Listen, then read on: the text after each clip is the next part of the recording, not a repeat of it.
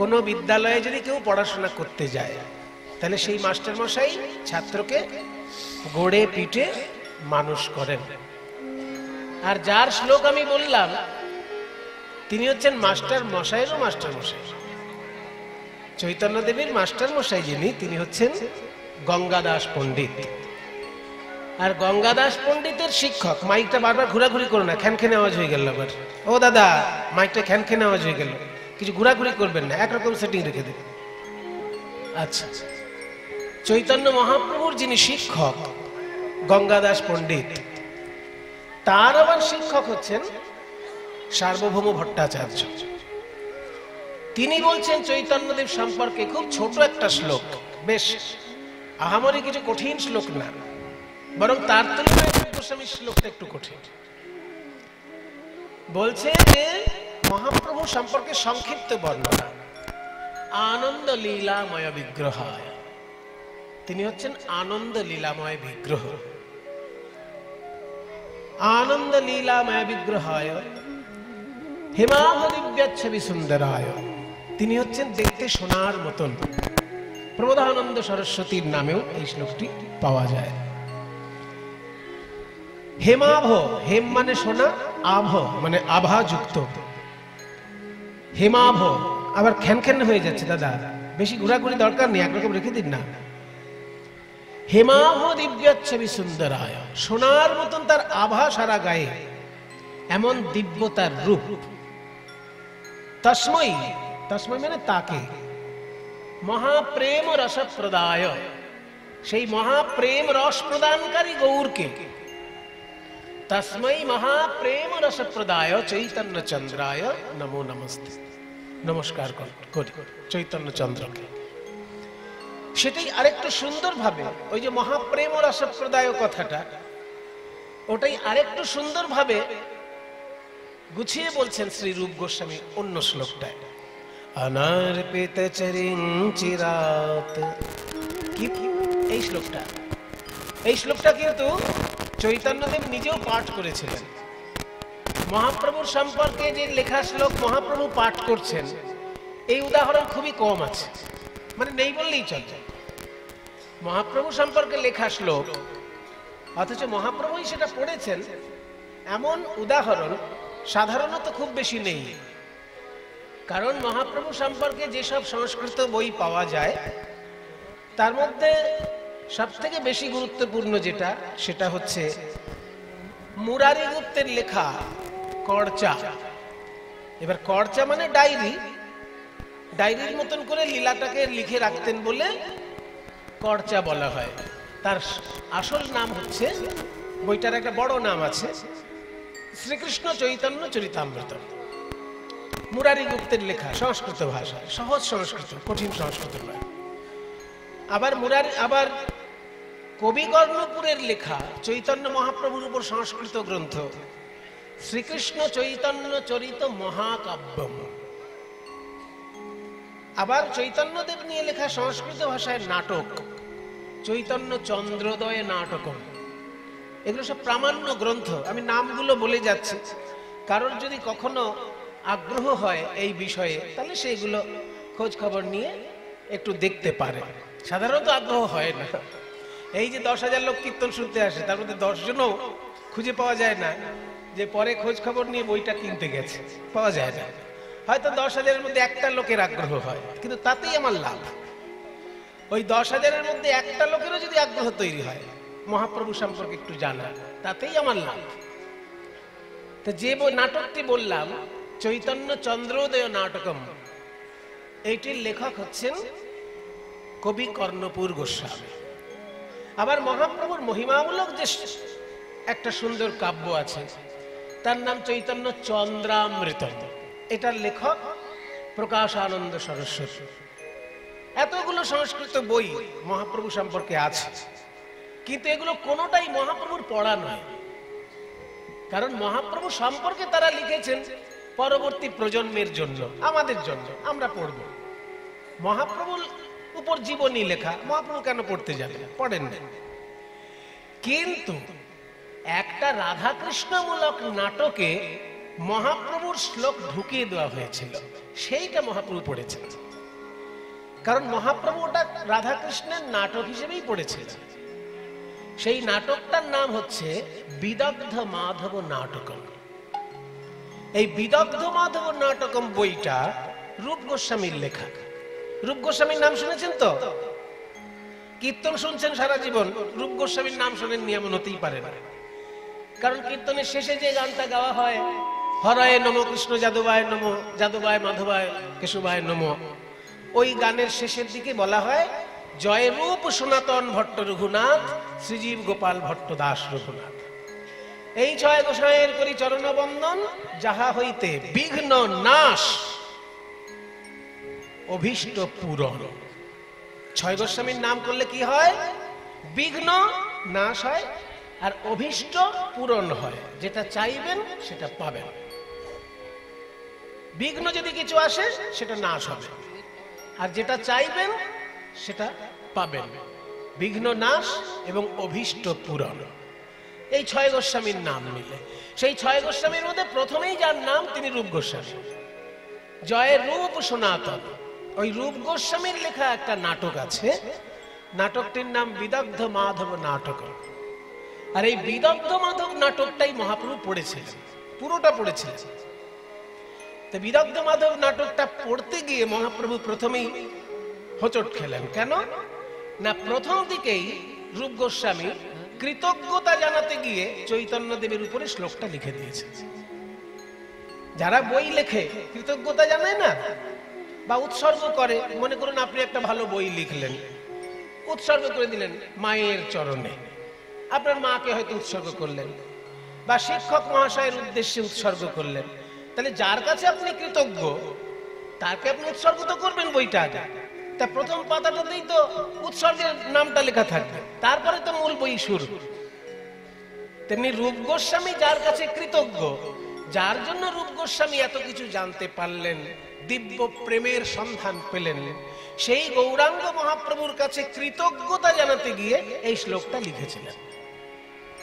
অনর্পিত চরিং চিরাত করুণয়াবতীর্ণঃ কলো সমর্পয়িতুমুন্নতো জ্বলরসাং স্বভক্তি শ্রিয়ং হরিপুরট সুন্দর দ্যোতিকদম্ব সন্দীপিতঃ সদা হৃদয় কন্দরে স্ফুরতু বহ শচীনন্দন, স্ফুরতু বহ শচীনন্দন, স্ফুরতু বহ শচীনন্দন, স্ফুরতু বহ শচীনন্দন, স্ফুরতু বহ শচীনন্দন, স্ফুরতু বহ শচীনন্দন।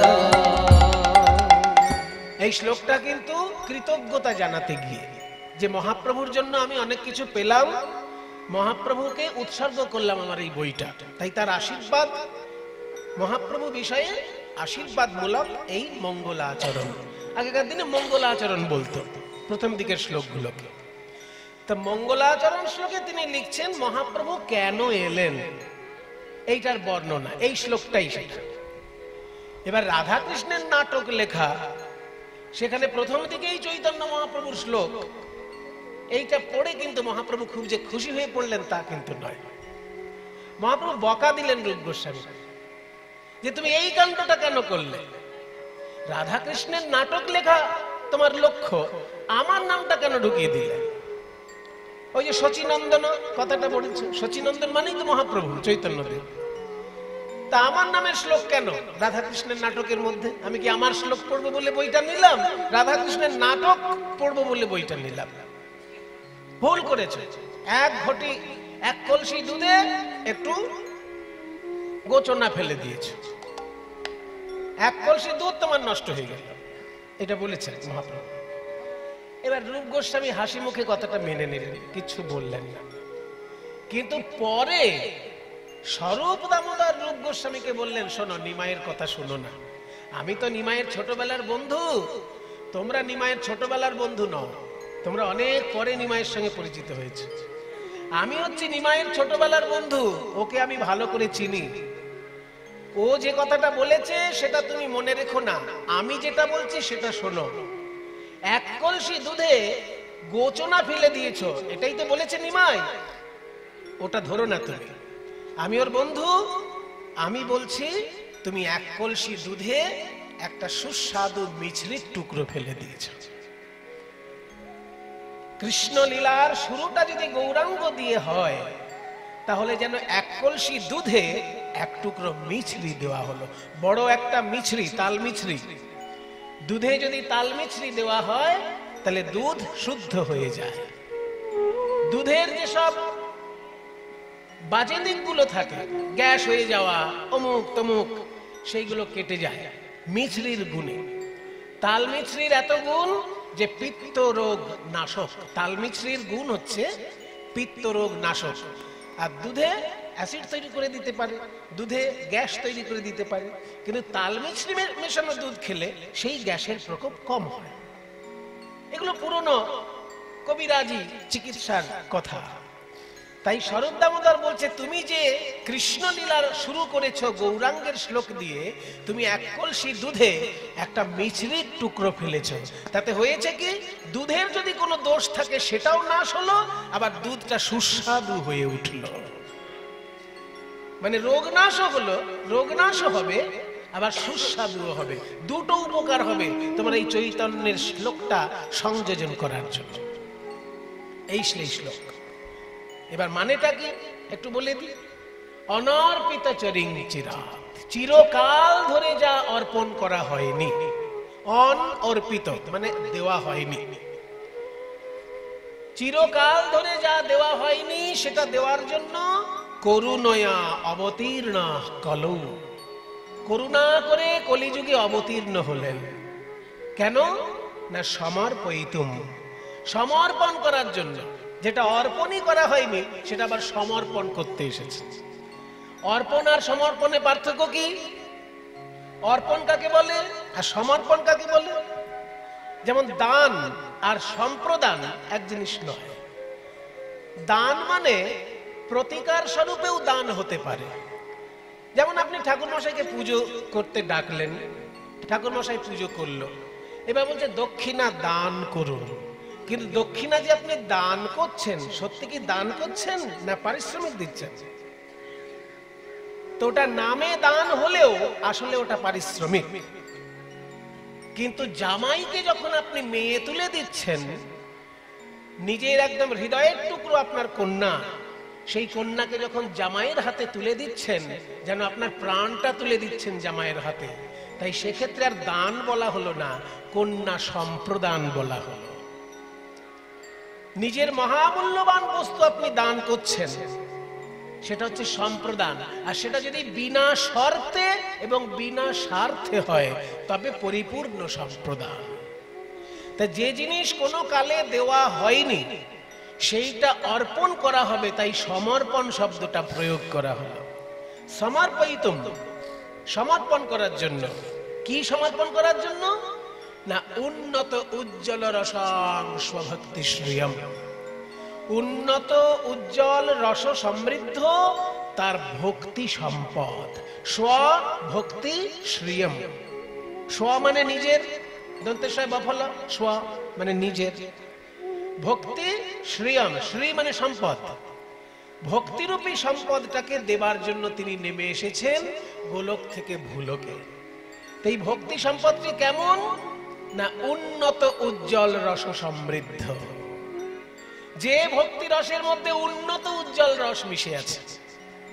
বলে উন্নত উজ্জ্বল রসটা আবার কি জিনিস রে বাবা? প্রত্যেকটি শব্দ এত কঠিন যে বোঝা যেন খুব মাথার উপর দিয়ে বেরিয়ে যায়। ভক্তি বুঝলাম, ভক্তি মানে সেবা, কিন্তু উন্নত উজ্জ্বল রস মেশানো ভক্তি, এটা আবার কি কথা? উন্নত উজ্জ্বল রস কাকে বলে?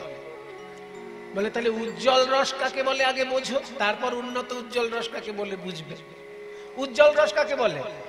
ওই তো উজ্জ্বল মানে চকচকে, তাহলে উজ্জ্বল রস মানে চকচকে রস। উজ্জ্বল রস মানে চকচকে রস, এরকম গোদা বাংলায় যদি অনুবাদ করে নাও, কথা ভুল নয়, কিন্তু বুঝে বলছো কিনা সেটাই দেখতে হবে।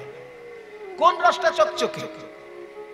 মনে করুন হিরে, চুনি, পান্না, মুক্ত আর প্রবাল, এই 5 রকমের রত্ন আপনাকে দেওয়া হলো। মুক্ত, প্রবাল, হিরে, চুনি, পান্না, তার মধ্যে সব থেকে চকচক করবে কোনটা? হিরে সব থেকে বেশি চকচক করবে, ওই জন্য সব থেকে দামও বেশি। সব থেকে বেশি চকচক করছে হিরে রত্নগুলোর মধ্যে, ওই জন্য ওটার দামও বেশি। যত কাটিং হবে হিরেতে তত দাম বেশি হয়ে যাবে। তাহলে 5 রকম রসের মধ্যে যে রসটা সব থেকে বেশি চকচক করে সেটাই উজ্জ্বল রস। 5 রকম রস কি কি? না শান্ত, দাস্য, সখ্য, বাৎসল্য, মধুর। ভগবানকে যদি কেউ পরমাত্মা রূপে চিন্তা করে, নিজেকে জীবাত্মা রূপে চিন্তা করে, এই ভাবকে বলা হয় শান্ত রস। ভগবানকে যদি কেউ প্রভু ভাবে, নিজেকে দাস ভাবে, এই ভাবকে বলা হয় দাস্য রস। ভগবানকে যদি কেউ বন্ধু ভাবে, নিজেকে তার বন্ধু ভাবে, একে বলে সখ্য রস। আর ভগবানকে যদি কেউ সন্তান ভাবে, নিজেকে তার পিতা বা মাতা, অভিভাবক ভাবে, তাহলে সেটা হলো বাৎসল্য রস। আর ভগবানকে যদি কেউ প্রিয়তম ভাবে, নিজেকে ভগবানের প্রিয়তমা ভাবে, এই ভাবটার নাম মধুর রস। এই মধুর রসটাকেই বলা হয় উজ্জ্বল রস। কেন না অন্যান্য সমস্ত রসে সম্পূর্ণরূপে সেবা করার সুযোগ থাকে না, মধুর রসে একমাত্র সম্পূর্ণরূপে সেবা করার সুযোগ থাকে। এগুলো রসতত্ত্বের খুব গূঢ় ব্যাখ্যা। অন্য রসে আপনি পুরোপুরি সেবা করতে পারবেন না। মনে করুন আপনি দাস আর ভগবান আপনার প্রভু, সেখানে আপনি সেবা করবেন কি করে? না ভগবানের যতটুকু বাইরে বাইরে সেবা করা যায় সেইটুকুই করতে পারবেন। কিন্তু ভগবানের খিদে পেলে তাকে কি দুগ্ধপান করাতে পারবেন? সেটার জন্য আপনার বাৎসল্য রস দরকার। আপনাকে ভগবানের মা হতে হবে। আপনি যদি ভগবানের মা হতে পারেন, তাহলে নিজ অঙ্গ দিয়ে আপনি ভগবানের সেবা করতে পারছেন। মানে আপনার স্তন্যপান করছেন ভগবান। আপনি যখন মা ভগবানের, তখন ভগবান আপনার দুগ্ধ পান করছেন। এই যে নিজ অঙ্গ দিয়ে সেবা করার সুযোগ হলো, এই জন্য দাস্য রসের থেকে বাৎসল্য রস অনেক উপরে উঠে গেল। সরাসরি নিজ অঙ্গ দিয়ে সেবা, এটা বাৎসল্য রসে যতটা হচ্ছে দাস্য রসে হচ্ছে না। ওই জন্য আকাশ পাতাল হয়ে যাচ্ছে পার্থক্য। এবার বাৎসল্য রসের থেকেও মধুর রস আরো শ্রেষ্ঠ। কেন না সেখানে মাথার চুল থেকে পায়ের নখ পর্যন্ত সবটাই ভগবানের সেবায় লাগে।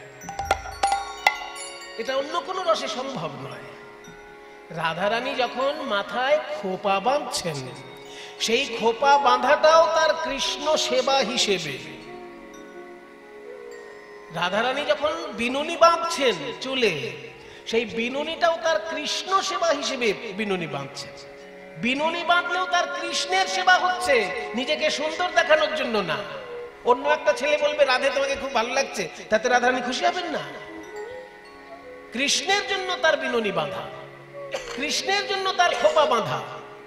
আবার পায়ে যখন আলতা পরছেন, নখে যখন নেল পালিশ পরছেন, সেটাও কৃষ্ণের জন্যই পড়ছে।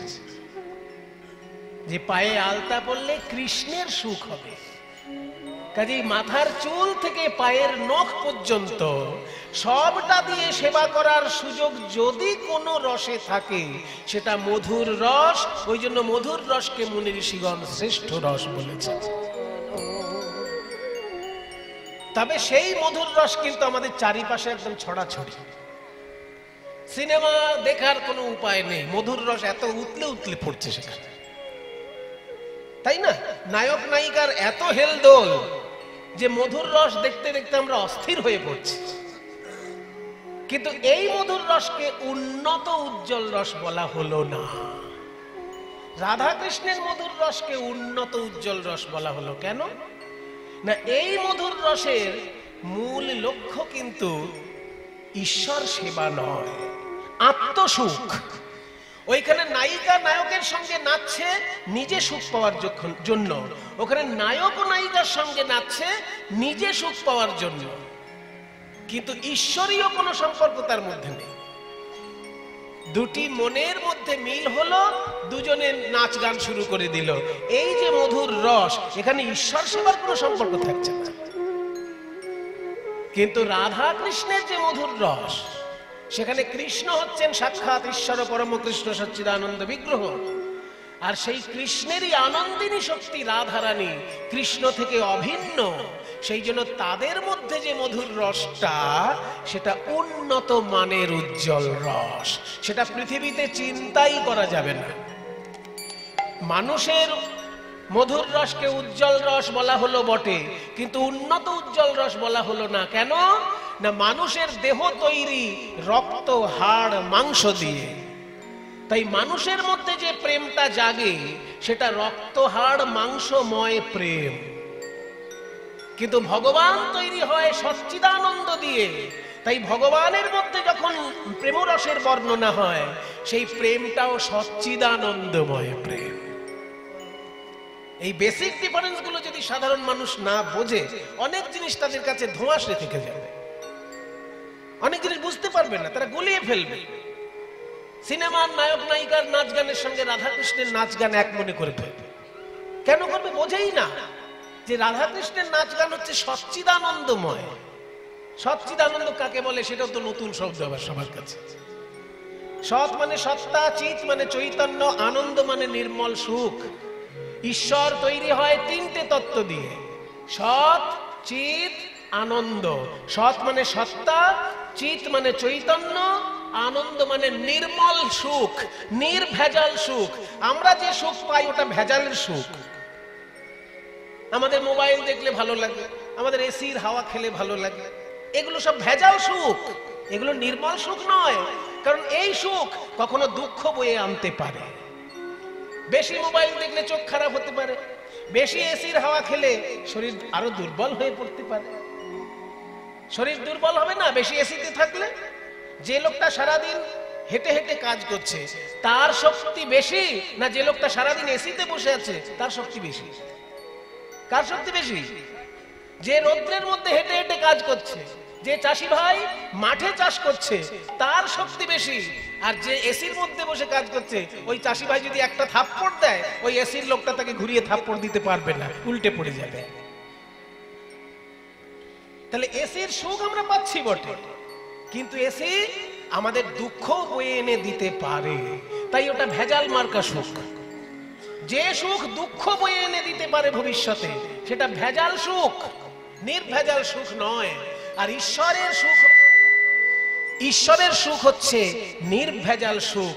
ওই জন্য সৎ চিৎ আনন্দ, এই তিনটে তত্ত্ব দিয়ে ঈশ্বর তৈরি। তাই সচ্চিদানন্দ দিয়ে যেহেতু ঈশ্বর তৈরি, তার প্রেমটাও সচ্চিদানন্দময়। ওই সিনেমার প্রেমের সঙ্গে ঈশ্বরের প্রেমকে গুলিয়ে ফেললে চলবে না। এইটাই বুঝানোর জন্য চৈতন্য দেবের নেমে আসা। এটা প্রকাশ করে বললেন রূপ গোস্বামী পাদ। উন্নত উজ্জ্বল রসা স্বভক্তি শ্রিয়ম হরিপুরট সুন্দর দ্যুতি কদম্ব সন্দীপিত সদা হৃদয় কন্দরে স্ফুরতু বহ শচীনন্দন স্ফুরতু বহ শচীনন্দন স্ফুরতু বহ শচীনন্দন। আরো দুটো কথা বলার আছে। এতক্ষণ বলা হলো মহাপ্রভু আমাদের কি দিলেন? ভক্তি দিলেন। কেমন ভক্তি? উজ্জ্বল রসে ভরা ভক্তি। কেমন উজ্জ্বল রস? উন্নত উজ্জ্বল রস।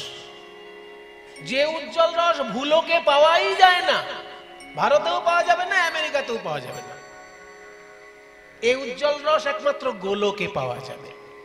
সেই গোলক থেকে নামিয়ে আনলেন ভুলোকে এই উজ্জ্বল রস মহাপ্রভু। এবার সেই মহাপ্রভু সম্পর্কে কি সুন্দর বলছে দেখুন, যে সোনার দ্যুতি ভরা তার অঙ্গ, পুরোটা সুন্দর দ্যুতি, পুরোটা মানে সোনা, পুরোটা সুন্দর দ্যুতি কদম্ব সন্দীপিত হরি। এখানে হরি মানে সিংহ, এখানে হরি মানে নারায়ণ নয়। এখানে গৌরাঙ্গ মহাপ্রভুকে যে হরি শব্দটা বলা হলো, এখানে হরি মানে নারায়ণ নয়, এখানে হরি মানে সিংহ। কি করে বুঝলাম? না, হৃদয়টাকে গুহা বলা হয়েছে। গুহার মধ্যে কি নারায়ণ থাকবে? গুহার মধ্যে সিংহই থাকে। তাই বলছে আমার হৃদয় রূপী গুহাতে যেন গৌরাঙ্গ রূপী সিংহ বিরাজ করে। হরি মানে এখানে সিংহ, গৌরাঙ্গ মহাপ্রভুকে সিংহ বলা হচ্ছে, আর হৃদয়টাকে গুহা বলা হলো। সদা হৃদয় কন্দরে স্ফুরত। হৃদয় কন্দর, কন্দর মানে গুহা, মন্দির তো বলা হলো না। হে রূপ গোস্বামী, আপনি এত বড় পণ্ডিত মানুষ, আপনি হৃদয়টাকে মন্দির না বলে কন্দর কেন বললেন? মন্দির মানে দেবালয় আর কন্দর মানে গুহা, আপনি হৃদয়টাকে গুহা কেন বললেন? রূপ গোস্বামী বলছে, শোনো ভাই, হৃদয়ে তোমার মন্দির ছিল এককালে, আজকে গুহায় পরিণত হয়েছে। কবে মন্দির ছিল? না যেদিন তুমি মাতৃগর্ভে ছিলে। মনে পড়ে? মাতৃগর্ভে একটা থলের মধ্যে তুমি ছিলে, সেই সময় তোমার মনের মধ্যে কাম ছিল না, ক্রোধ ছিল না, লোভ ছিল না, মোহ ছিল না, মদ ছিল না, মাৎসর্য ছিল না। মা খেতে পেলেই তুমি খেতে পেলে, মায়ের পুষ্টিতে তোমার পুষ্টি, মায়ের তুষ্টিতে তোমার তুষ্টি। সেদিনকে তোমার মনে কোনো কাম, ক্রোধ, লোভ, মোহ, মদ, মাৎসর্য ছিল না। তাই মাতৃগর্ভে যখন তুমি ছিলে তোমার হৃদয়ে ছিল দেবালয়। কিন্তু যখনই তুমি বাইরে বেরিয়ে এলে, আস্তে আস্তে বড় হলে, এক এক করে পশু তোমার হৃদয়ে আসতে লাগলো। কাম, ক্রোধ, লোভ, মোহ, মদ, মাৎসর্য, এই 6টি পশু এসে যখন তোমার হৃদয়ে বাস করলো, আর সেটাকে মন্দির বলা চলে? ওই জন্য আমি কন্দর বললাম। হৃদয়টা আমার কন্দরে পরিণত, মানে গুহায় পরিণত, কারণ হিংস্র পশুর দল সেখানে বাস করছে, কাম, ক্রোধ, লোভ, মোহ। তবে হ্যাঁ, কোন গুহায় যদি সিংহ একবার আসে, সেখানে আর অন্য পশু আসতে পারে না। তাই গৌরাঙ্গ মহাপ্রভুকে আমি সোনার সিংহ মনে করছি। ওই সোনার সিংহ গৌরাঙ্গ যদি একবার আমার হৃদয়ে এসে বাস করে, তাহলে ওই কাম, ক্রোধ, পশুর দল, ওরা কেউ আর আমার হৃদয়ে এসে উৎপাত করতে পারবে না। তাই গৌরাঙ্গকে বললাম সিংহ, আর আমার হৃদয়টাকে বললাম কন্দর। আর একটি কথা, সবার শেষে বলা হলো গৌরাঙ্গ মহাপ্রভুর নাম শচীনন্দন। সেখানে চৈতন্যদেব বলা হলো না, গৌর বলা হলো না, বিশ্বম্ভর বলা হলো না, বলা হলো শচীনন্দন। কেন? না একসঙ্গে গৌরাঙ্গকেও প্রণাম করা হলো, গৌরাঙ্গের মাকেও প্রণাম করা হলো। যে গৌরাঙ্গের মতো এমন মহামূল্যবান রত্ন যিনি উপহার দিলেন পৃথিবীকে, সেই শচী মাকেও আমি প্রণাম করব, আলাদা করে তো করতে পারবো না। ওই জন্য শচীনন্দন শব্দটা বললে গৌরকেও প্রণাম করা হলো, তার মাকেও প্রণাম জানানো হলো। সদা হৃদয় কন্দরে স্ফুরতু শচীনন্দন, স্ফুরতু শচীনন্দন, স্ফুরতু শচীনন্দন, স্ফুরতু শচীনন্দন, স্ফুরতু শচীনন্দন, স্ফুরতু শচীনন্দন। একটা বিখ্যাত শ্লোকের ব্যাখ্যা আজকে আপনারা শুনলেন। এই শ্লোক স্বয়ং মহাপ্রভু পাঠ করেছেন এবং তিনি বকা দিয়েছেন এই শ্লোকটা পাঠ করে, যে কেন কৃষ্ণলীলায় আমার শ্লোক তুমি লিখলে। স্বরূপ দামোদর বলল যে তুমি গৌড়ের কথা শুনো না, আমার কথা শুনো। এক কলসি দুধে গোচনা নয়, এক কলসিতে তো তুমি বড় মিছরির টুকরো ফেলেছো, অর্থাৎ দুধ আরো সুস্বাদু হয়ে উঠেছে, আর রোগ কমানোর ক্ষমতা বাড়িয়ে দিয়েছে দুধের। সেই জন্য এই মূল্যবান শ্লোকটি অত্যন্ত গুরুত্বপূর্ণ। এবার দেখি সেই মহাপ্রভু আজকে কি করছেন নবদ্বীপের মাঝারে। বলছে নদিয়ার মাঝারে গোরা দান শিরোজিল। মহাপ্রভু আজকে মুখ থেকে বলছেন আমাকে দান দাও, দান দাও। দান মানে এখানে কর, আমাকে কর দাও, কর দাও। উমা কিসের কর চাইছে গৌরাঙ্গ? ইনকাম ট্যাক্স না সেল ট্যাক্স না জিএসটি নাকি না টোল ট্যাক্স? নানা রকমের ট্যাক্স তো সরকার আমাদের থেকে নিচ্ছে, আবার গৌরাঙ্গ ট্যাক্স চাইছে। এখানে তো কর, দান মানে কর, আর কর মানে ট্যাক্স। তাহলে গভর্নমেন্ট আমাদের কাছ থেকে ইনকাম ট্যাক্স নিচ্ছে, জিএসটি নিচ্ছে, টোল ট্যাক্স নিচ্ছে, এত কিছু নেবার পর আবার গৌরাঙ্গ বলছে কর দাও। তো মহা মুশকিল। ওগো কিসের দান চাহে আমার, কিসের দান চাহে আমার, গোরা দ্বিজ মনি গো। ওই কিসের দান চাহে আমার, কিসের দান চাহে আমার, গোরা দ্বিজ মনি গো। মহাপ্রভু কেন বেত্র দিয়া আগুলিয়া রাখয়ে তরুণী রে, ওই বেত্র দিয়া আগুলিয়া রাখয়ে তরুণী রে। আজকে মহাপ্রভু একটা বেতের লাঠি নিয়ে রাস্তা আগলে দাঁড়িয়েছে। কিছু মনে করবেন না বাবা, এখন যে ঘটনাটা বলছি এটা শুনলে যারা গৌরাঙ্গকে খুব ভালোবাসেন তারা আমার উপর রাগ করতে পারেন, কিন্তু রাগ করলে আমার করার কিছু নেই। যা বইতে লেখা আছে আমি সেটাতে বলবো। পদকর্তা যেটা লিখেছেন আমি তো তাই গাইবো নাকি? কীর্তনিয়ার কাজ কি?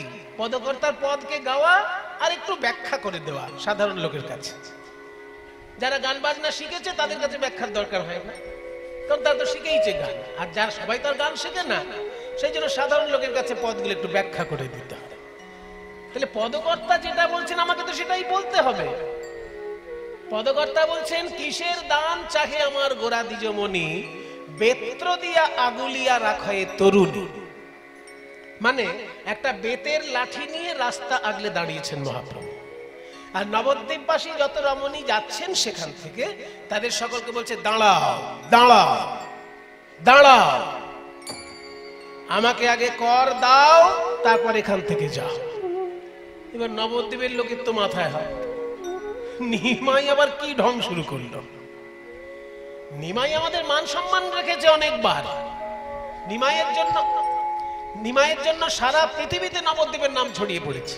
কি বলুন, পৃথিবীতে লোককে নবদ্বীপকে চেনে কেন? নিমাইয়ের জন্যই তো। তা নিমাই এমন কিছু কাজ করেছে নবদ্বীপে যে সারা পৃথিবীতে নবদ্বীপের নাম। কি কাজ করেছে?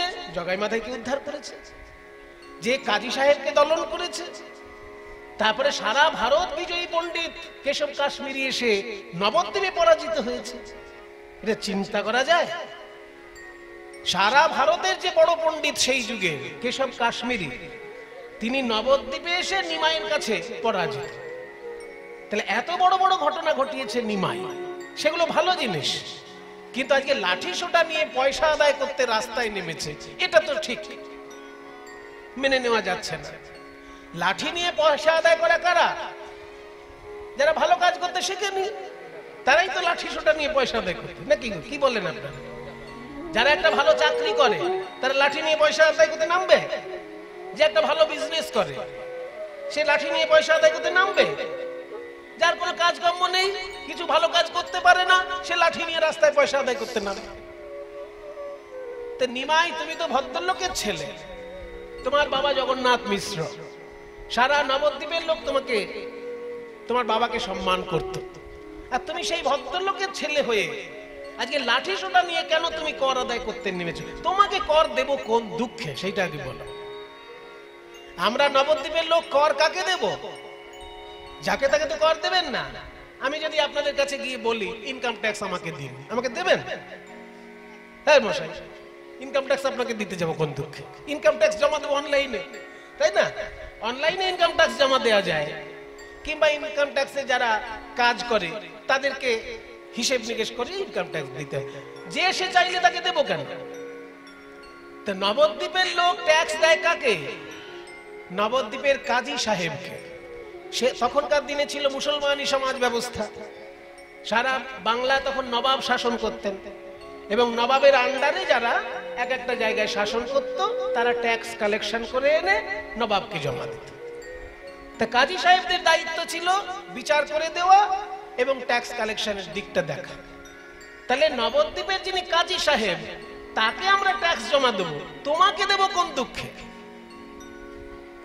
গৌর সুন্দর বলছে, আমি কোন কর চাইছি জানো?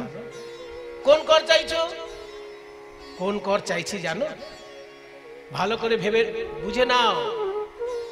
তোমরা নিজের পয়সা খরচা করে যখন একটা বাড়ি বানাও, তখন সরকারকে তোমরা কর দাও, দাও না?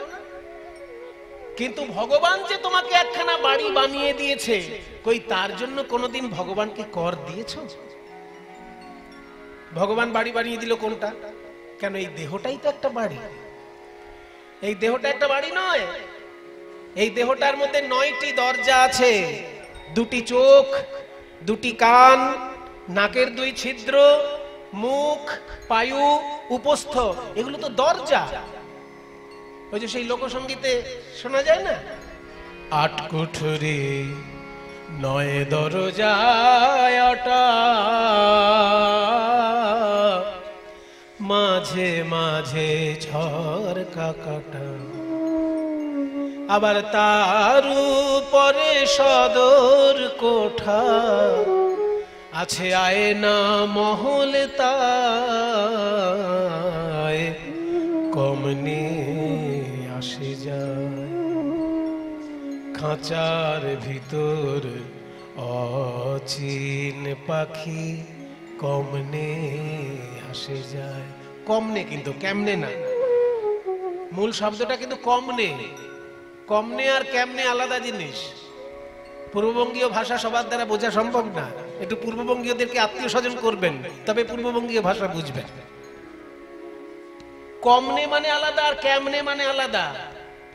কেমনে মানে হাউ, ইংলিশে বললে আপনাদের বুঝতে সুবিধা হবে। হাউ, কেমন করে, সেটা কেমনে। আর কমনে মানে ইন হুইচ ওয়ে, কোন দিক থেকে। কোন দিক থেকে, কমনে মানে কোন দিক থেকে। কোন দিক থেকে এই আত্মা ভিতরে আসছে আর চলে যাচ্ছে, বুঝতে পারছেন? এই খাঁচাটা হচ্ছে, দেহটা হচ্ছে খাঁচা, আর আত্মাটা হচ্ছে অচিন পাখি, অচেনা পাখি। এই আত্মা পাখিটাকে কেউ তো দেখতে পায় না, কাজে চেনা নয় পাখিটা। এই আত্মারূপী অচেনা পাখি আমার দেহরূপী খাঁচায় কোন দিক থেকে আসছে, কোন দিক থেকে চলে যাচ্ছে, কিছুই বুঝতে পারছি না। এই দেহরূপী খাঁচায় 8টি দরজা, 9টি দরজা, 8টি কুঠুরি আছে। 8 কুঠুরি 9 দরজায় আটা, মাঝে মাঝে ঝরকা কাটা, তার উপরে সদর কোঠা, আছে আয়না মহল। এই যে সহস্রদল পদ্ম মাথায়, এখানে জীবাত্মা পরমাত্মার সঙ্গে মহামিলন হয়, দর্শন হয়, ওই জন্য আয়না মহল। আয়না মহল তাই কমনে আসে যায়, মন তুই রইলি খাঁচারি আসে, খাঁচা যে তোর কাঁচা বাঁশে, কোন দিন খাঁচা পড়বে খসে, ফকির লালন ভেবে কয় কমনে আসে যায়। তাহলে লালন যে লিখে গেছেন এই গানটি, দেহটা হচ্ছে খাঁচা, আমরা বলতে পারি দেহটা হচ্ছে বাড়ি। সেই বাড়িটার মধ্যে 9খানা দরজা।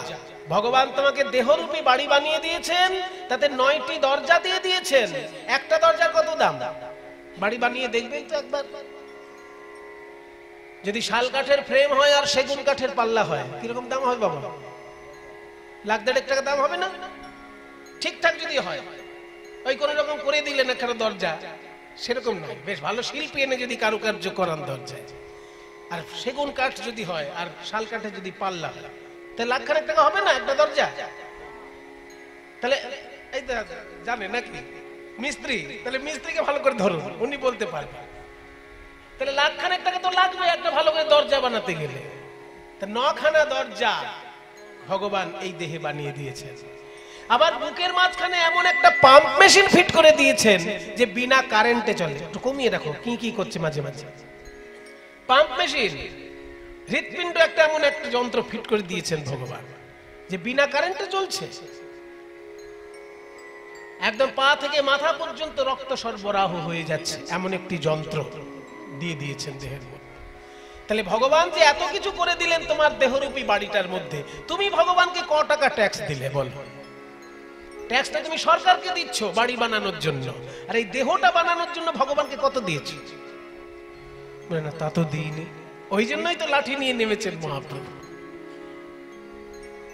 দেহদান দেহদান, আমায় দেহদান দেহদান।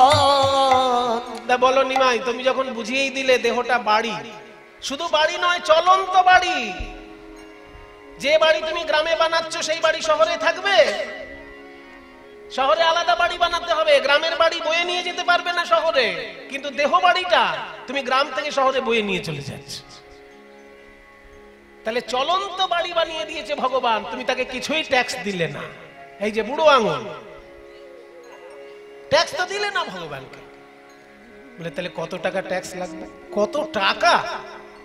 টাকা দিয়ে ভগবানকে ট্যাক্স দেবে? বাংলাদেশের টাকা ভারতে চলে না, ভারতের টাকা পাকিস্তানে চলে না, আর এই পৃথিবীর টাকা গোলকে চলবে? এই সব দেশগুলোর মধ্যেই টাকা চলে না, এক দেশের টাকা আর এক দেশে। আর তোমার এই দেশের টাকা ওই দেশে চলবে? তাহলে টাকা দিয়ে ট্যাক্স দেওয়া যাবে না? না, যাবে না। আগে শোনো, তুমি কত জন্মে ফাঁকি দিয়েছো। এই যে তুমি মনুষ্য দেহ ধারণ করেছো, এর আগে পশু দেহ ছিল, তার আগে পাখি দেহ ছিল, তার আগে পোকা মাকড় গিয়ে গাছপালা দেহ তো কতবার তো ধারণ করেছো, প্রত্যেকবারই ফাঁকি দিয়েছো ভগবানকে। তাহলে 84 লক্ষ বার জন্ম, 84 লক্ষ বার মৃত্যু যদি হয়, তাহলে 84 লক্ষ বার ফাঁকি দিয়েছো ভগবানকে। টোটাল টাকা কত হয় আগে হিসেব করো। বলি ওরে বাপরে, তো সাংঘাতিক ঝামেলায় পড়লাম। হ্যাঁ, তুমি যতবার জন্ম নিয়েছো ততবারই তো দেহ পেয়েছো ভগবানের কাছে, ট্যাক্স দাওনি কোনোবারই। তাহলে সারা জীবনের 84 লক্ষ জন্ম মৃত্যু, এই 84 লক্ষ বার ফাঁকি দিয়েছো, সেটা এই জন্মে একবারে শেষ হয়ে যাবে? কি করব, কি করবে সেটা বলো, জিজ্ঞাসা করো, উত্তর দিচ্ছি। শোনো, ট্যাক্স ফাঁকি দিতে দিতে যখন আর ট্যাক্স দেওয়ার ক্ষমতা থাকে না মানুষের, তখন ভগবান তখন সরকার সেই বাড়িটা কেড়ে নেয়। মনে করুন একটা বাড়ির ট্যাক্স ফাঁকি দিয়েছে, এত টাকা হয়ে গেছে ট্যাক্স, যে বাড়িটা বিক্রি করলে হবে 5 লাখ টাকা আর ট্যাক্স দিতে হবে 10 লাখ টাকা। তখন সরকার চিঠি পাঠিয়ে দিল, হয় বাড়ি ছাড়ো নয় ট্যাক্স মিটাও। ট্যাক্স দিতে গেলে 10 লাখ টাকা দিতে হবে, আর বাড়ি বিক্রি করলে 5 লাখ পাবে। তাহলে মানুষ কি করবে তখন? বলে কে বাবা 10 লাখ দিতে যায়, বাড়িটাই ছেড়ে দাও। ওই জন্যই তো গৌরহরি বলছে বাড়িটাই ছেড়ে দাও, আমাকে দেহদান দেহদান, আমায় দেহদান দেহদান। তোমাদের দেহ আমায় করো দান, দেহদান দেহদান। তোমাদের দেহ আমায় করো দান, দেহদান দেহদান। দান দেহ দান দেহ, বলি গোরা ডাকে গো। ওই দান দেহ দান দেহ, দান দেহ দান দেহ, বলি গোরা ডাকে গো। আর নদিয়া তরুণী গণ পড়িল বিপাকে। আহারে নদিয়ার রমণী গণ পড়িল বিপাকে। যে কটা যুক্তি দেওয়া হলো একটাও খণ্ডন করতে পারবে কেউ? বলো। বাড়ি বানালে আমরা সরকারকে ট্যাক্স দিই, তখন হাত কাঁপে না। কিন্তু ভগবান আমাকে বাড়ি বানিয়ে দিয়েছে, তাকে আমি কোনো ট্যাক্সই দিলাম না। এবং শুধু এই জন্মে ফাঁকি দিয়েছি তা নয়, আগের জন্মেও ফাঁকি দিয়েছি। আগে কত লক্ষ জন্ম হয়েছে? শাস্ত্রে বলছে 84 লক্ষ জন্ম। তাহলে 84 লক্ষ বার ফাঁকি দিয়েছি। এত জন্ম আমি ফাঁকি দিতে দিতে আজকে এইখানে যে এসে দাঁড়িয়েছি, কত টাকা দেবো? ট্যাক্স, ট্যাক্স টাকা দিয়ে মেটানো যাবে না, তাই বাড়িটাই ছেড়ে দিতে হবে, দেহটাই দিয়ে দিতে হবে ভগবানকে। নবদ্বীপের লোক বলছে, নিমাই তুমি আসলে ন্যায় দর্শনের ছাত্র তো। ন্যায় দর্শন মানে যুক্তি তর্কের শাস্ত্র। তুমি এমন যুক্তি খাড়া করেছো যে আমাদের আর কোনো উত্তরই আসছে না মুখে। নিমাই, কর আমরা দেব, কর রূপে দেহটাই দেব, কিন্তু আমরা কি জানতে পারি যে আমাদের দেহটা তুমি নিলে দেহটা কি কাজে লাগবে? বলে হ্যাঁ, সে তো নিশ্চয়ই জানতে পারে। সরকার যদি কারোর বাড়ি কেড়ে নেয়, তাহলে সে দুদিন পরে এসে দেখতে পারবে না তার বাড়িটা কি কাজে লাগলো? হয়তো দেখা যাবে বাড়িটাকে একটা স্কুল করে দিয়েছে, কিংবা বাড়িটাকে একটা হাসপাতাল বানিয়ে দিয়েছে। কোনো জনকল্যাণমূলক কাজেই তো বাড়িটা লাগাবে সরকার। যদি কারোর বাড়ি কেড়ে নেয়, পার্টি অফিস তো করবে না, নাকি পার্টি অফিস করবে? বলাও যায় না ওর থেকে কি হয়েছে। কিন্তু উচিত জনকল্যাণমূলক কাজে লাগানো, কারোর বাড়ি কেড়ে নিয়ে পার্টি অফিস বানানো উচিত না। অন্তত গণতন্ত্রের নিয়মটা তাই। যদি সত্যিই কারোর বাড়ি কেড়ে নিতে হয়, ট্যাক্স দিতে পারেনি বলে সেই বাড়িটা হয় স্কুল হবে, না হলে হাসপাতাল হবে, নাকি নাহলে সরকারি কোনো অফিস তৈরি হবে, সরকারের জনগণের কাজে লাগবে সেই রকম কোনো বাড়ি তৈরি। সেটা স্কুল হতে পারে, হাসপাতাল হতে পারে, সরকারি অফিস হতে পারে। তাই আমার বাড়িটা নিয়ে তুমি কি করবে সেটা আমি দেখবো না? গৌর সুন্দর বলছেন, তোমাদের দেহ যদি আমায় দাও তাহলে আমি কি করব জানো? সবাই দেখে নিও, মিলিয়ে নিও, আমি তোমাদের দেহ নিয়ে কি করব জানো? এখানে আবার সেই রূপ গোস্বামীর শ্লোকে আসতে হবে। রূপ গোস্বামী একটা সুন্দর শ্লোক লিখেছেন। তুণ্ডে তাণ্ডবিনিরতিং বিতনুতে তুণ্ডাবলিলব্ধয়ে कर्णक्रोडे कडम्बिनी घटयते कर्णार्बुदेभ्यः स्पृहाम् चेतो प्रांगण संगिनी विजयते सर्वेन्द्रियाणां कृतिम् नो जाने जनिता कियद्भिरमृतैः कृष्णेति वर्णद्वै। कृष्ण कृष्ण कृष्ण এই দুটি অক্ষরে এত মধু ঢালায় আছে। তুণ্ডে তাণ্ডবিনী, তুণ্ড মানে জিহ্বা। আমার জিহ্বা যখন প্রথম কৃষ্ণ নাম উচ্চারণ করলো, যেন তাণ্ডব নৃত্য শুরু করলো। আরো জিহ্বা চাই, আরো জিহ্বা চাই। একটা জিহ্বায় কৃষ্ণ নাম বলে আশা মিটছে না, আরো জিহ্বা চাই। कर्णक्रोडे कडम्बिनी घटयते कर्णार्बुदेभ्यः स्पृहाम्। কানে যখন প্রবেশ করলো কৃষ্ণ নাম, লক্ষ লক্ষ কান পাবার বাসনা জাগলো। দুটো কানে কৃষ্ণ নাম শুনে যেন আশা মিটছে না। তারপরে চেতো প্রাঙ্গণ সঙ্গিনী বিজয়তে সর্বেন্দ্রিয়াণাম কৃতিম। চিত্ত প্রাঙ্গণে প্রবেশ করলো যখন কৃষ্ণ নাম, সর্ব অঙ্গ আমার কৃষ্ণময় হয়ে গেল। না জানি কৃষ্ণ নামে দুটি অক্ষরে কত মধু ঢালায় আছে। একটা জিহ্বায় বলে আশা মেটে না, দুটো কানে শুনে আশা মেটে না। তাই তোমাদের দেহগুলো যদি আমায় দাও, তোমাদের দেহগুলো তখন আমার দেহ হয়ে যাবে। তোমাদের জিহ্বা নিয়ে তখন আমি নাম গাইব, তখন আমি নাম গাইব, আমি নাম গাইব, তখন আমি নাম গাইব। তোমাদের জিহ্বা নিয়ে আমি নাম গাইব, তোমাদের ওই জিহ্বা দিয়ে আমি নাম গাইব। আমি নাম শুনব, তখন আমি নাম শুনব, আমি নাম শুনব, তখন আমি নাম শুনব। বলি তোমাদের কর্ণ দিয়ে তখন আমি নাম শুনব,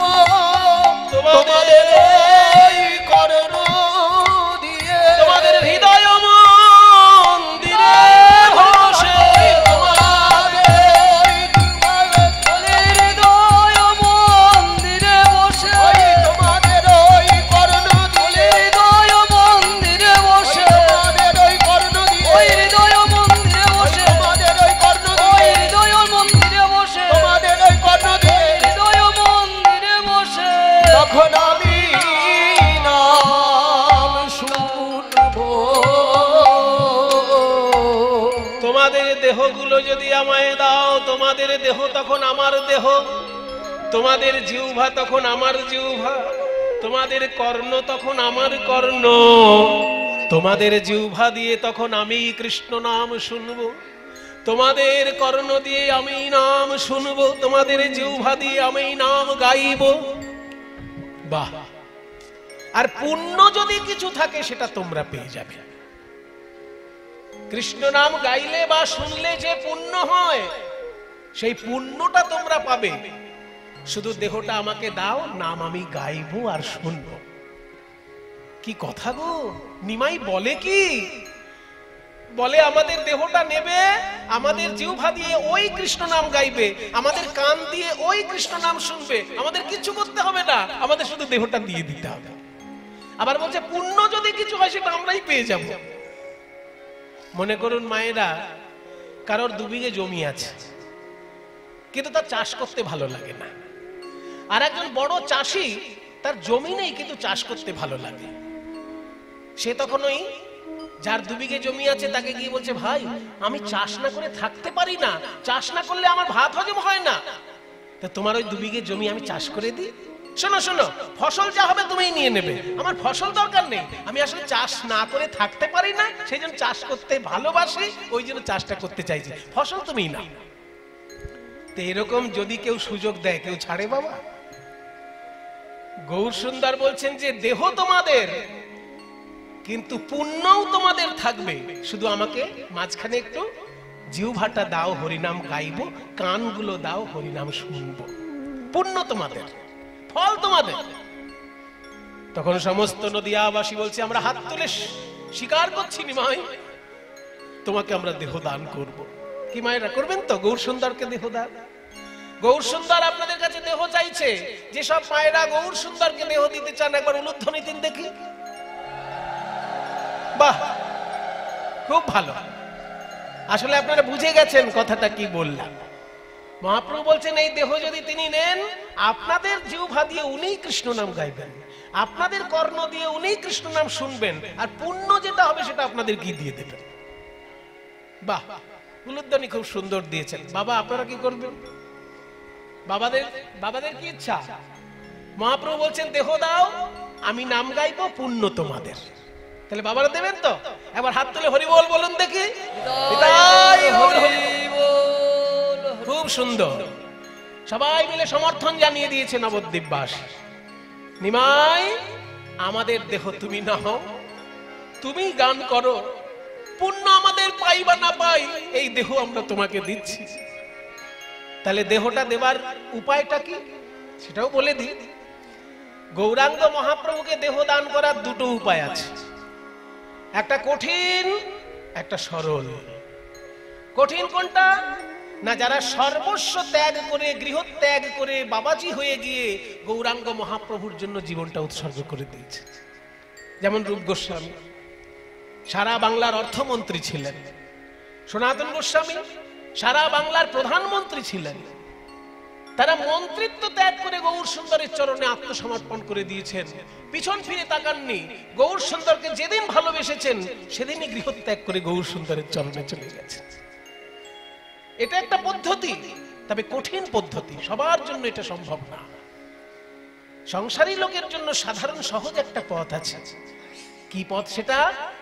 না, যেখানেই কীর্তন গান হবে, যেখানেই ভাগবত পাঠ হবে, গীতা পাঠ হবে, চুপটি করে বসে যেতে হবে, চোখ বন্ধ করে একবার মহাপ্রভুকে বলতে হবে, গৌর হরি, এই যে কীর্তনের আসরে আমি বসেছি, আমি কীর্তনের কিছু বুঝি না।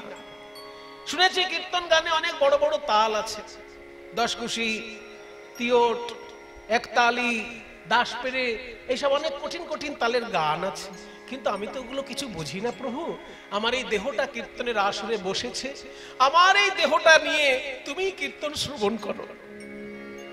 এইটা যদি কোনো শ্রোতা বলতে পারে বাবা, তাহলে তার কিন্তু দেহ দান হয়ে গেল গৌর চরণে। ঠিক একইভাবে কোন কীর্তন গায়ক যদি বলতে পারে, হে প্রভু, কীর্তন গান আমি কি করব? কীর্তন গান করেছেন তো সুখদেব গোস্বামী, কারণ মাতৃগর্ভে তিনি 16টা বছর ধরে মাতৃগর্ভে বাস করে বেদব্যাসের ভাগবত শুনতে শুনতে মুখস্থ করেছেন, আর মাতৃগর্ভ থেকে বেরিয়ে সেই মুখস্থ ভাগবত মানুষকে বলতে শুরু করেছেন। তাহলে সে কীর্তন গাইবে না আমি কীর্তন গাইব? কাজে কীর্তন তো গাইবেন নারদ মুনি, কীর্তন তো গাইবেন সুখদেব গোস্বামী। আমি তো তাদের নখের যোগ্য নই, আমি কি কীর্তন গাইব প্রভু? তাই এই আসরে যখন মানুষে দাঁড় করিয়েছে আমি দাঁড়িয়ে পড়েছি, কিন্তু তোমার কীর্তন তুমিই গাও গৌর হরি। এটা যদি কোনো কীর্তনিয়া বলতে পারে, অমনি গৌর চরণে তার দেহ দান হয়ে গেল।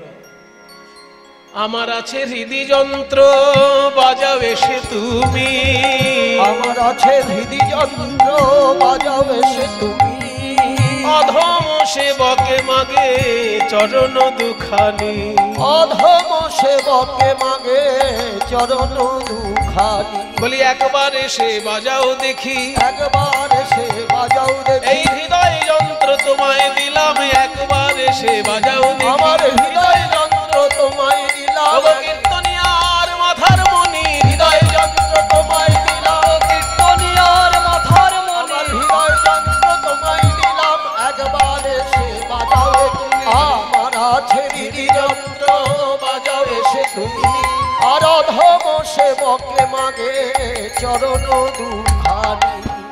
গৌর চরণ দেহ দান করার সহজ পদ্ধতি এটা। যখনই কীর্তন গাইবেন ভাববেন আমি গায়ক নই, আমার কোটি জন্মের সৌভাগ্য, তাই গায়কের আসনে আমায় লোকে বসিয়ে দিয়েছে, আমি গায়ক নই। আসল গায়ক তো ছিলেন সুখদেব গোস্বামী, বেদব্যাসের ছেলে। আসল গায়ক তো নারদ মুনি, যে সারাক্ষণ বিনা নিয়ে ভগবানের গান গাইছে। আমরা তাদের নখের যোগ্য নই, আমরা কিছুই নই তাদের তুলনায়, কি কীর্তন গাইব আমরা? এটা ভাবলেই গৌর চরণে দেহ দান হয়ে গেল। ঠিক তেমনি শ্রোতাকেও ভাবতে হবে যে কীর্তনের আমি কিছু জানি না, কিন্তু বসতে পেরেছি শ্রোতার আসনে, এই আমার বহু জন্মের ভাগ্য ভালো। তাই হে গৌর হরি, আমার হৃদয় আলো করে তুমি তোমার কীর্তন শ্রবণ করো, এটা বলতে পারলেই শ্রোতারও দেহদান হয়ে যায়। আমরা সবাই তোমার চরণে দেহদান করলাম নিমাই। তখন পাশ থেকে বাসুদেব ঘোষ বলছে, আচ্ছা একটা কথা বলবো, বলো। তুমি তো অন্য উপায়েও তত্ত্ব শিক্ষা দিতে পারতে, আজকে কর আদায় করার ছলনায় কেন তত্ত্ব শিক্ষা দিলে? গৌর সুন্দর বলছে, বুঝলে না, যখন কৃষ্ণ লীলায় আমি কৃষ্ণ ছিলাম, তখন কর আদায় করার ছলনায় গোপীদের সঙ্গে আমি রসিকতা করেছিলাম, সেই লীলা আজকে আমার মনে পড়েছে, তাই আমি আজকে কর আদায় করার ছলনায় কলিযুগকে তত্ত্ব শিক্ষা দিলাম, কলিযুগকে ভক্তি শিক্ষা দিলাম। কৃষ্ণ অবতারে আমি এইভাবে সাধিয়াছি দান, কৃষ্ণ অবতারে আমি, কৃষ্ণ অবতারে আমি এইভাবে সাজিয়াছি দান। আজ সে ভাব পর মনে বাসু ঘোষে গান রে, সে ভাব মনে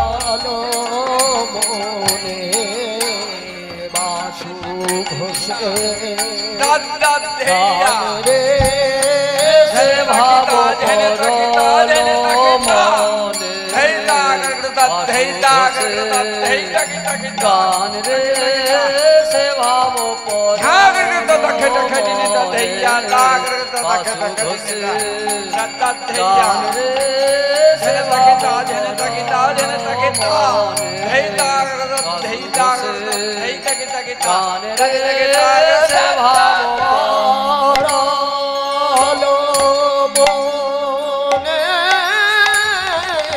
বাসু ঘোষে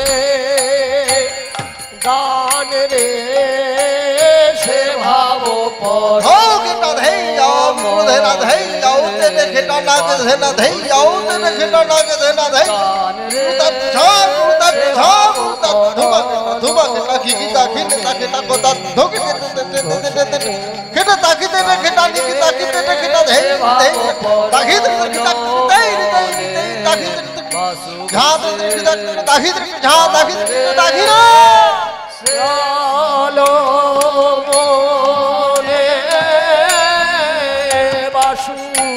ঘোষে গান রে সে ভাব বাসু বেশ বেশ বেশ বেশ दागर करो देने तकेटा दागर करो देने तकेटा दागर करो देने तकेटा खेला देने देने देने देने देने तकेटा तकेटा से भावो ए राजा देने तकेटा जा जा देने तकेटा जा जा देने तकेटा गारे से भावो ए राजा देने तकेटा जा जा देने तकेटा जा जा तकेटा गारे से भावो घोषे गान रे से भावो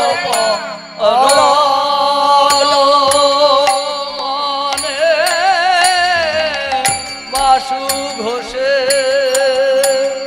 गान रे से भावो धन धन नाग धन धन नाग धन धन दाधी धन नाग धन धन नाग धन धन झाद टखना धन दाधी झनंदा ने ताखेटा दागी धन खिता झनंदा ने ताखेटा दागी धन खिता दागी झा दागी झा दागी झा खिता से भावो झा खिता दागी खिता दागी खिता दागी खिता दागी खिता दागी से भावो नाग धन धन नाग धन धन दागी नाग नाग धन धन नाग धन नाग नाग धन घेना तीन ताखेटा ता तीन घेना दागी दागी धा दागी झा दागी झा दागी दागी झा दागी झा दागी ना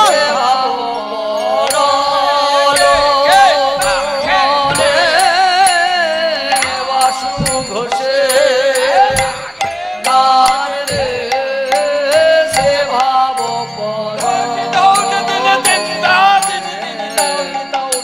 घोषे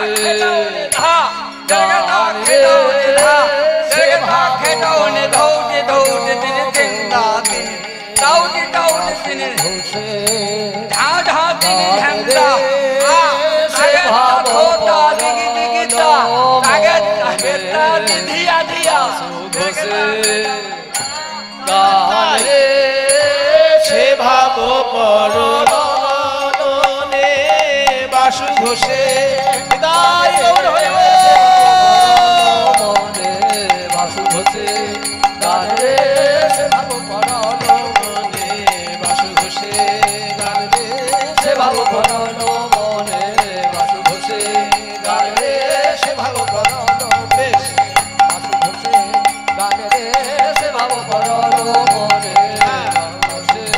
গান রে সে ভাব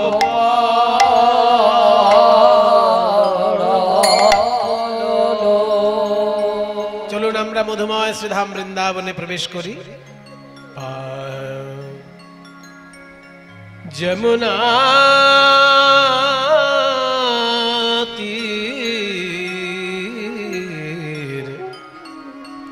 চলো মন গঙ্গা যমুনা তীর যমুনা তীর যমুনা তীর গঙ্গা যমুনা তীর চলো মন গঙ্গা যমুনা তীর চলো যমুনা তীর যমুনা তীর যমুনা তীর गंगा यमुना निर्मल पानी गंगा जमुना निर्मल पानी बड़ा निर्मल पानी निर्मल पानी यमुना जमुना के निर्मल पानी गंगा जमुना निर्मल पानी যমুনার নির্মল জলে স্নান করলে কি হবে জানো? ত্রিতাপ জ্বালা দূর হয়ে যাবে, शीतल शीतल होत शरीर। चलो मन गंगा जमुना, चलो गंगा जमुना, जमुना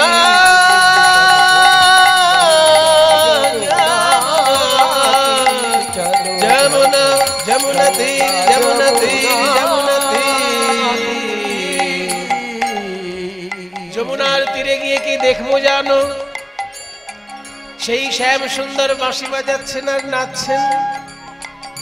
बंशी बजावत नाचत कान्हा, बंसी बजावत नाचत कान्हा।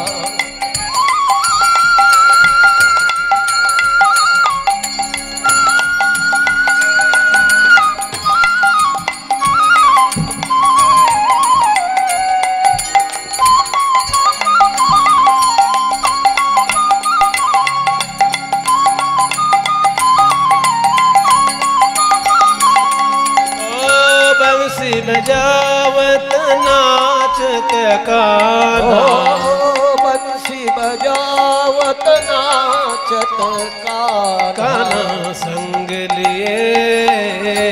संग लिए बलबीर, चलो मन गंगा जमुना तीर। चलो मन गंगा जमुना तीर, चलो मन गंगा जमुना तीर, चलो मन गंगा जमुना तीर।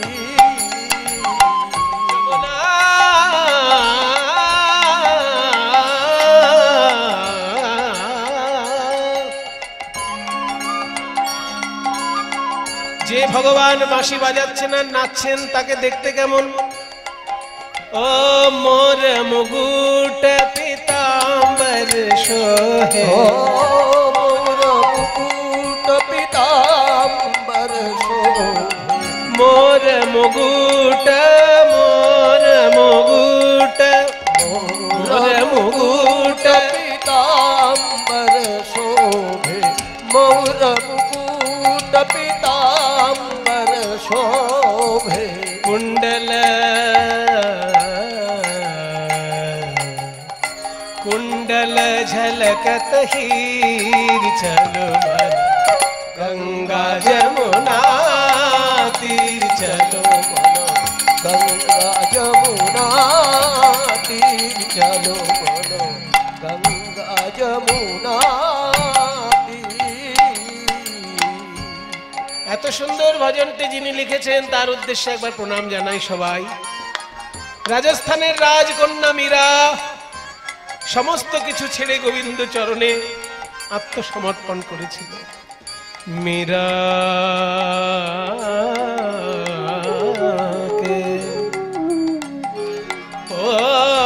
मीरा के प्रभु गिरधर नागर, ओ मीरा के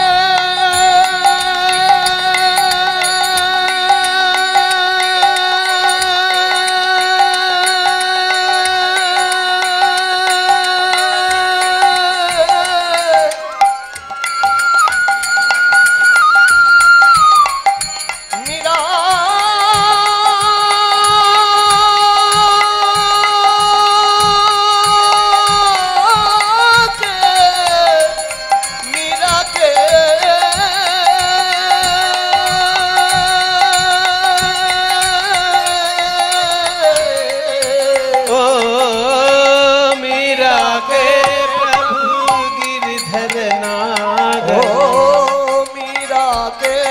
प्रभु गिरिधर नागर।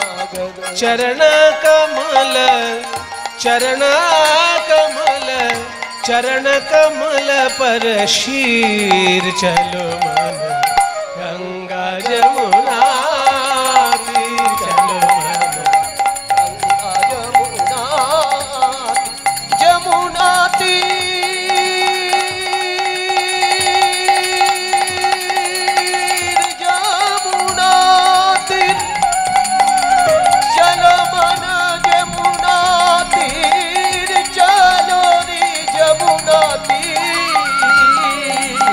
गंगा जमुना तीर चलो मन गंगा जमुना गंगा जमुना गंगा जमुना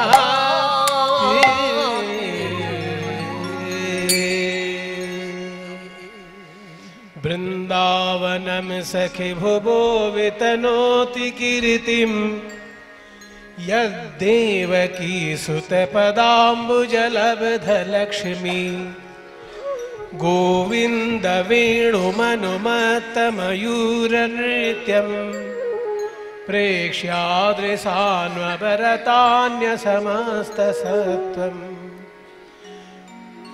गोविंद वेणुमनुमत्त मयूर नृत्यम प्रेक्ष्यादृशान्वरतान्य समस्त सत्वम। মধুময় বৃন্দাবন,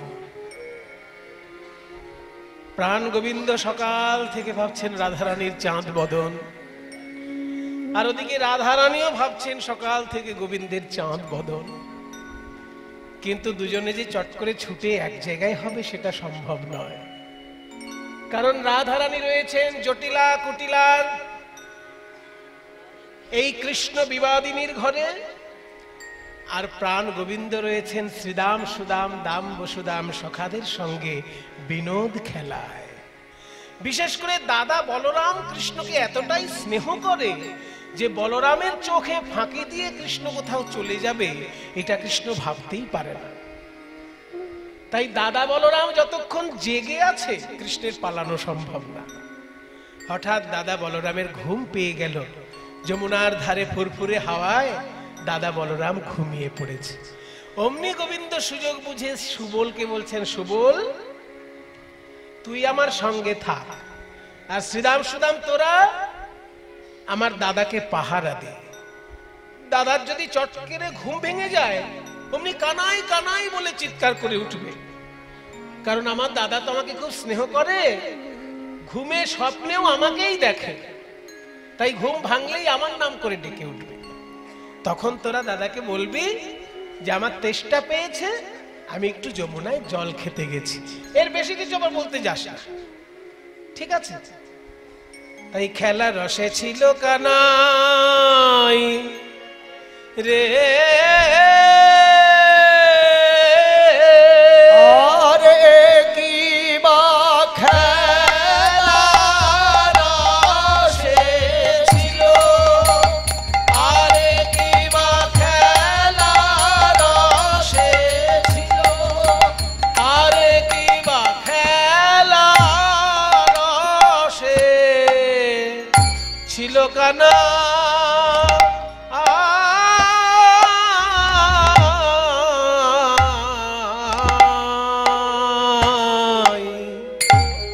কানাই সুবলের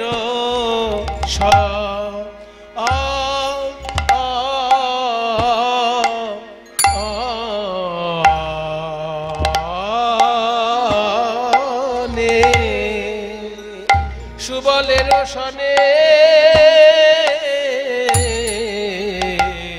এনো কালে রাধা বদন পড়ে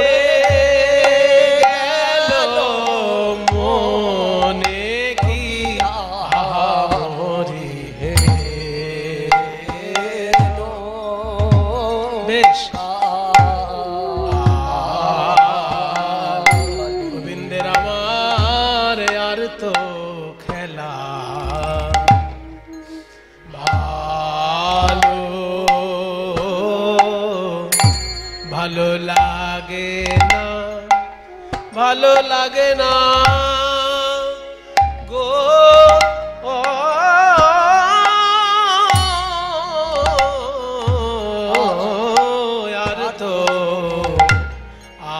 আর তো খেলা ভালো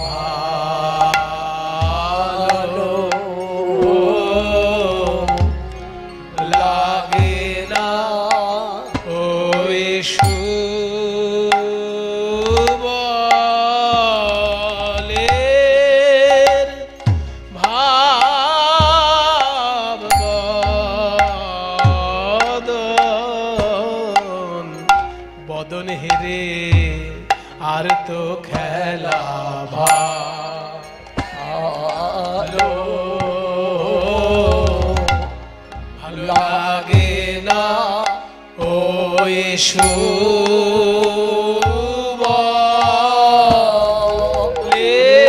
সুবলের ভাব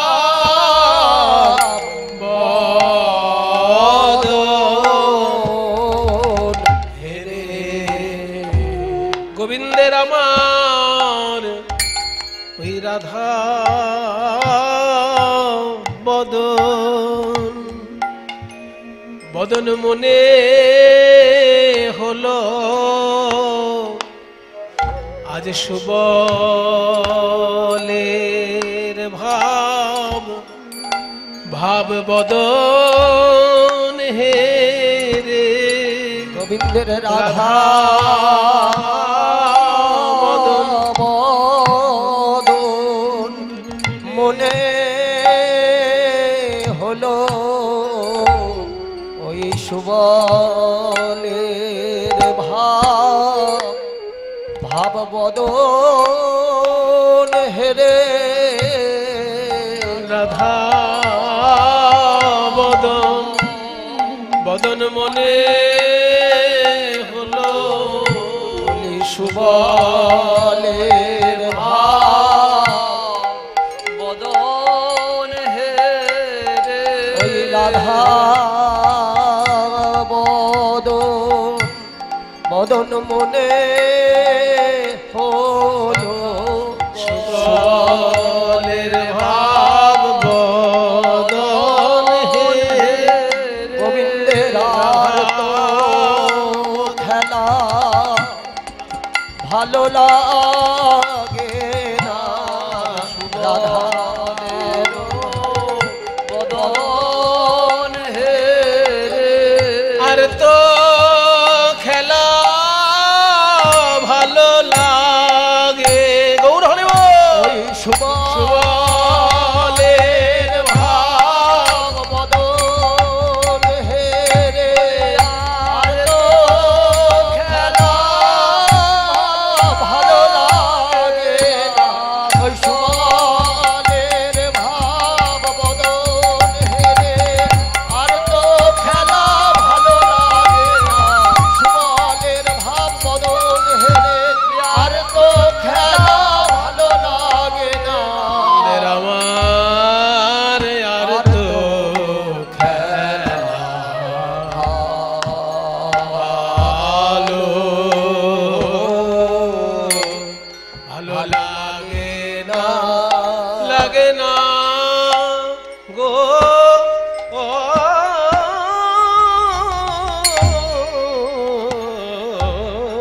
আর তো খেলা ভালো ভালো লাগে না প্রভুর আমার মহাপ্রভুর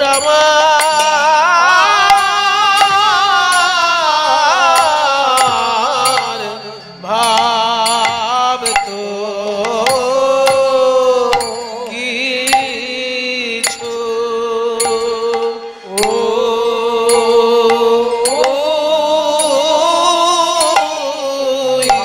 ভাব তো কিছুই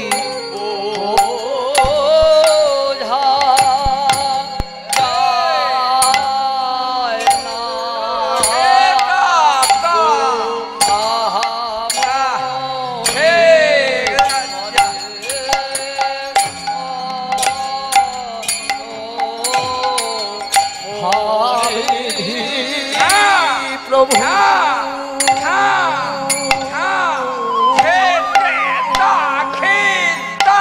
ও প্রভু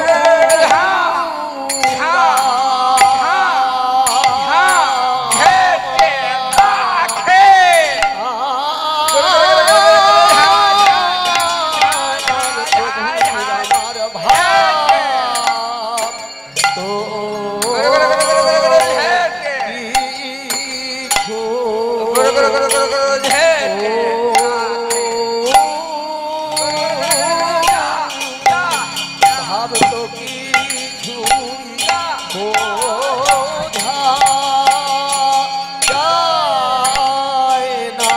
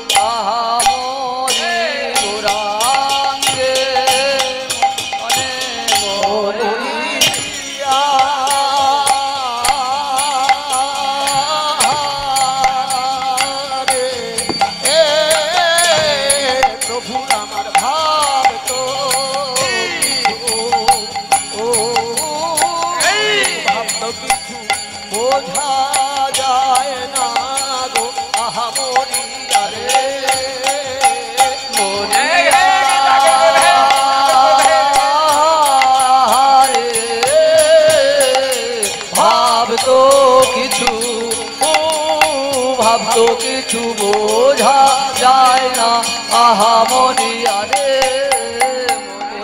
মরিয়া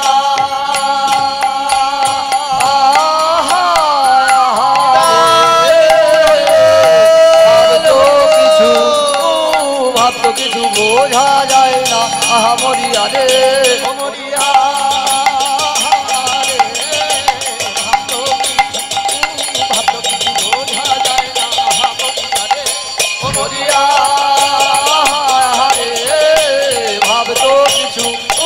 ভাবতো কিছু বোঝা যায় না আহা মরিয়া রে মরিয়া রে ভাবতো কিছু বোঝা যায় না আহা মরি গৌরাঙ্গ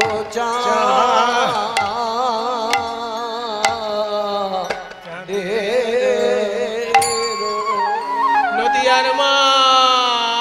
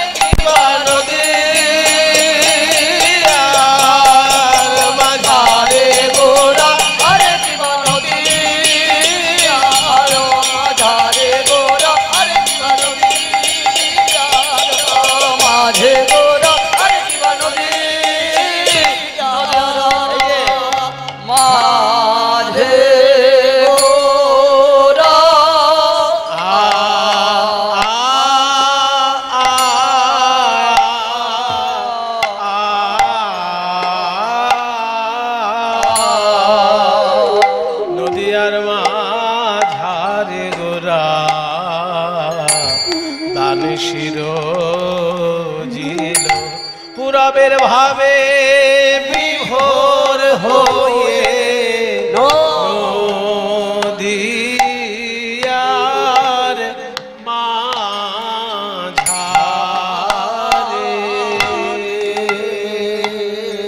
প্রভু আমার নদিয়ার মাঝারে নদিয়ার মাঝারে গোরা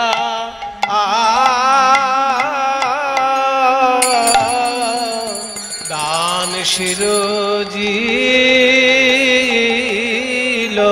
পুরবের ভাবে বিভোর হয়ে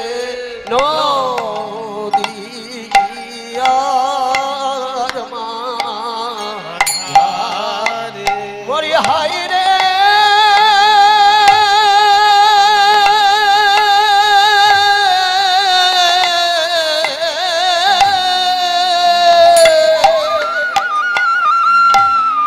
আজ পুরবের ভাবে বিভোর হয়ে মনিটর কি একদম বন্ধ ওই সচিন নন্দ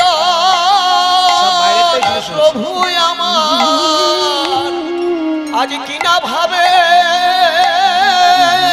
উদয় হলো বলি যাই রে ভাবে এ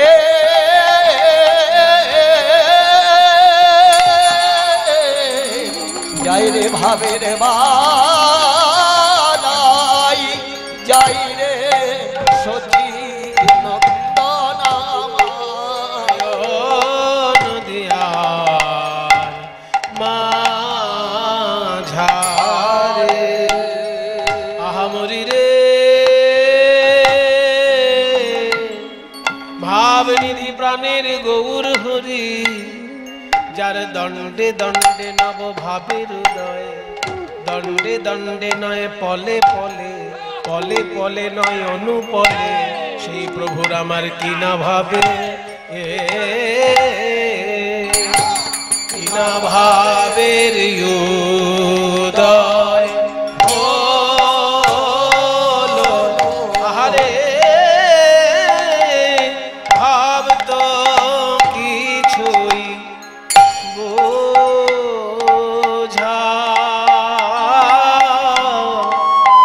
যায় না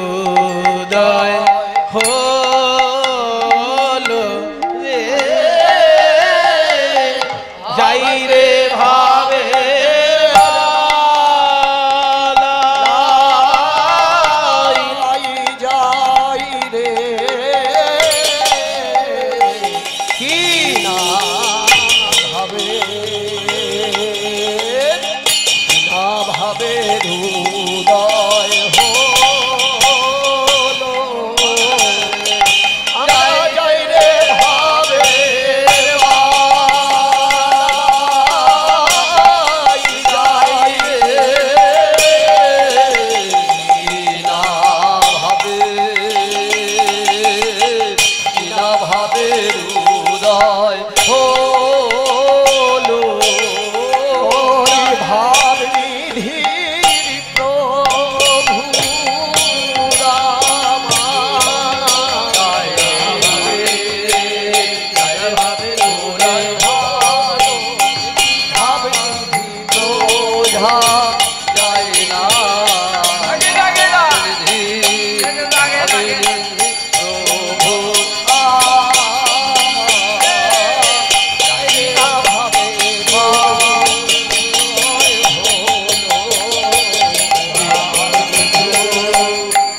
কিছু বোঝা যায় আরে ও নদিয়ার মাঝারে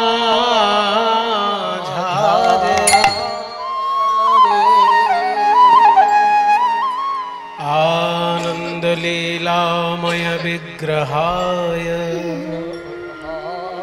हे माभदिव्यच्छवि सुन्दराय तस्मै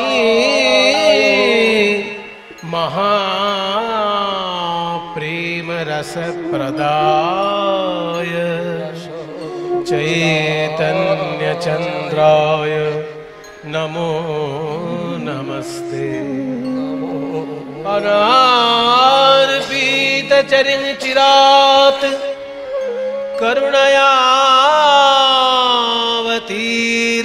कलौ समर्पयितुमुन्नतोज्ज्वलरसां स्वभक्तिश्रियं हरिः पुरटसुन्दरद्यूतिकदम्बसन्दीपितः सदा हृदयकन्दरे स्फुरतु वः शचिनन्दना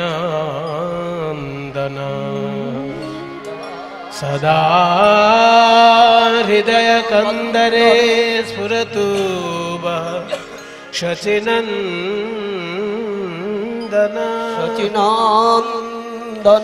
सदा